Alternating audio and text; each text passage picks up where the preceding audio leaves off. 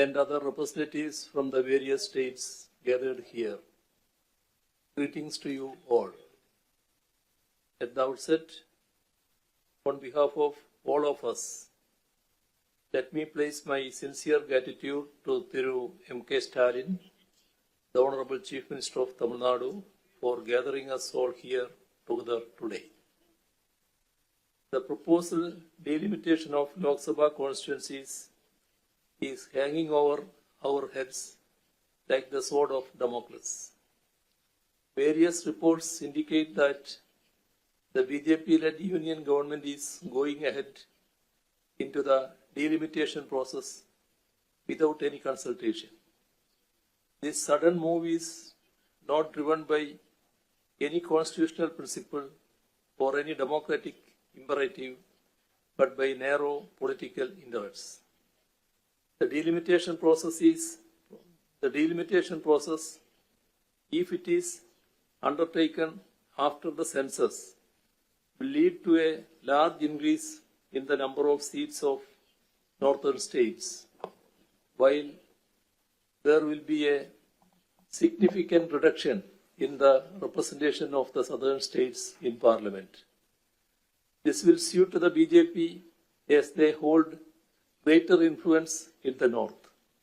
If delimitation is carried out purely on the basis of population, then Kerala and other southern states will suffer, as we have been bringing down our population since 1973, when the previous delimitation was carried out, in which the number of seats in the Lok Sabha was reorganized. Our states are now set to be punished precisely for our sincere implementation of the National Population Policy of 1976. When a state faithfully implements a nationally recognized policy, it deserves special consideration for that very reason. Not only is this consideration being denied, but we are even being penalized for fulfilling our duty to the nation. This is the crux of the current issue. The National Population Policy of 1976 was not intended only for specific regions of the country. It was declared by the Union government as a policy for the entire nation.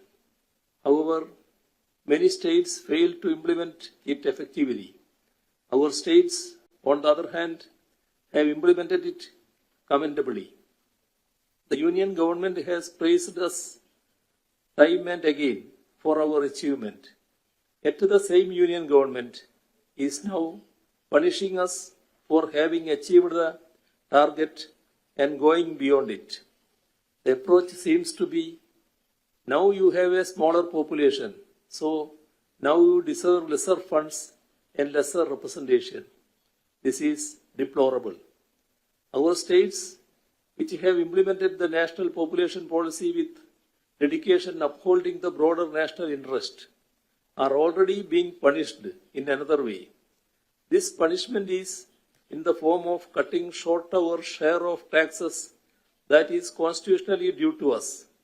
Our decreasing population is being cited to justifying it.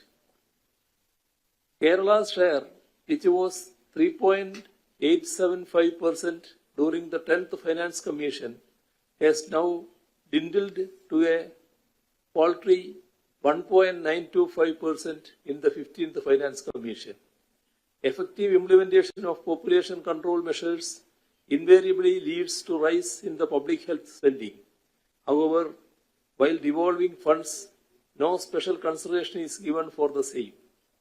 If our parliamentary representation is further reduced, while our share of the nation's wealth continues to decline, we will face an unprecedented situation in which both our rightful share of funds and our political voice to demand them diminish simultaneously. It is in the recognition of the gravity of this issue that we, that is Kerala, Tamil Nadu, Andhra Pradesh, Telangana, Karnataka, Odisha, West Bengal and Punjab, are now uniting in protest. We are gathered here at the invitation of the Honorable Chief Minister of Tamil Nadu, Thiru M.K. Stalin, to mark the beginning of our coordinated resistance by forming a joint action committee. The Union government's actions, from fiscal policies to language policies to cultural policies to now even the fixation of representation, are destabilizing India's federal system and democratic framework. This cannot be allowed to pass. India's constitution identifies India as a union of states, which underlines our federal character. It strikes a balance between the union and the states. The current effort at delimitation disrupts this equilibrium, disproportionately empowering states that fail to implement national policies like population control. States that prioritize education, healthcare, and gender equity will be penalized for their progressive choices. This creates a perverse incentive, as states will be discouraged from investing in human development for fear of losing political representation. The union government should examine whether this will guide the nation forward or drive us backwards. India's federal structure was designed to protect smaller communities and regional identities. Dr. B.R. Ambedkar, the chairman of the drafting committee of India's Constituent Assembly, warned against the tyranny of the majority, advocating for states' rights to balance central authority. Back in 1988, the Sarkaria Commission reinforced this, stating that federalism is not a mere administrative arrangement, but a fundamental feature of the Constitution. Delimitation that ignores this principle risks reviving colonial centralization, while diverse voices were subsumed under majoritarian agendas. The end result was that the Indian people united against our colonizers and drove them out of the country. Those at the helm of affairs today should take due note of our history and what it teaches us. India's federal structure is a cornerstone of our democracy, designed to accommodate the country's vast mosaic of cultures, languages, and regional identities. The diversity that defines India is not just a demographic statistic. It is the bedrock upon which our unity is founded. A robust federal system ensures that every region, with its unique history, language, and cultural heritage, has a voice in the national dialogue. The current process of delimitation poses a serious threat to the preservation of our rich cultural and linguistic diversities as well. Redrawing constituencies solely on the basis of population without accounting for these vital cultural and linguistic factors risks the possibility of marginalizing those regions that have long preserved their distinct identities. This is especially critical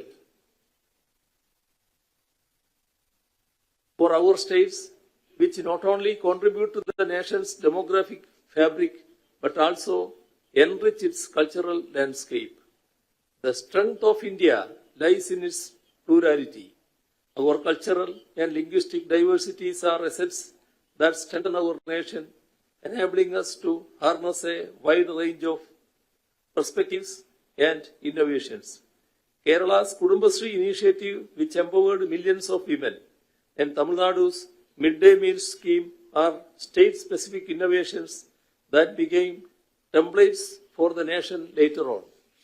Centralizing power will stifle such localized situations, which are crucial for addressing India's diversity.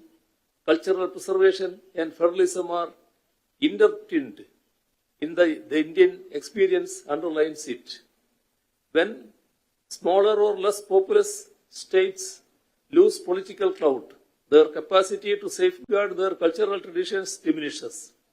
A homogenized parliament dominated by populous states could sideline regional priorities, eroding the pluralism envisioned by modern India's founders. A centralized process that ignores these factors not only dilutes regional voices but also threatens the balance that has allowed India to thrive as a united and diverse republic. The Union government must therefore engage in meaningful dialogue with the states and incorporate our considerations so as to safeguard states' interest before going ahead with the delimitation process. Reducing the representation of our states will create a political and regional imbalance and undermine the diversity of our pluralistic democracy. This must not happen. Kerala's stance on this matter is unequivocal. The Union government's approach, which violates federal principles and seeks to curtail the representation of certain states for political reasons, is unacceptable. The decision on going ahead with the delimitation process must be made only through a consensus. Article 82 of the Indian Constitution mandates the delimitation of parliamentary seats after every census. It was in exercise of this provision that the Lok Sabha strength was increased over the years from 489 to 543. However, delimitations have not been conducted as required by the Constitution after every census. Decisions to conduct or delay delimitation have been made solely on the basis of the transient political convenience of those in power. The 42nd Constitutional Amendment of 1976 froze delimitation until after the first census post-2000. During this period, despite the implementation of the National Population Policy, population disparities persisted in the country, leading to the 84th Constitutional Amendment, which extended the delimitation freeze until after the first census post-2026. The 2021 census has not yet been conducted, and the next census is due in 2031. However, the Union government appears to be pushing the delimitation even before that. In the 2011 census, Kerala's population growth was a mere 4.92% compared to the national average of 17.7% between 2001 and 2011. As our states have recorded population growth rates below the national average during this period. The last reorganization of seats in the Lok Sabha was conducted in 1973, based on the 1971 census. At that time, Kerala accounted for 3.89% of India's population. However, due to the effective implementation of the National Population Policy over the next 4 decades, Kerala's share had shrunk to just 2.76% by 2011. If the delimitation exercise is carried out now, Kerala's reduced population will inevitably lead to fewer parliamentary seats. States being punished for successfully implementing population control policies is unconscionable. We are determined to resist this injustice. Federal principles and equitable representation must be upheld. While the political maneuvering behind the current delimitation effort is clear, it is imperative that the Union government also considers the broader implications for Indian federalism and the preservation of our cultural and linguistic diversities. Any action that undermines them will not only destabilize our political institutions but also weaken the very foundation of our democratic society. The Union government's arguments that our states will get additional seats on a pro rata basis cannot be taken at face value. The Union has not been able to clarify whether this pro rata distribution will be based on the current strength of parliamentary seats or on the basis of population figures. Therefore, the Union government should alleviate our fears. It is the Union's responsibility to refrain from unilateral measures and preserve the essence of democracy and federalism.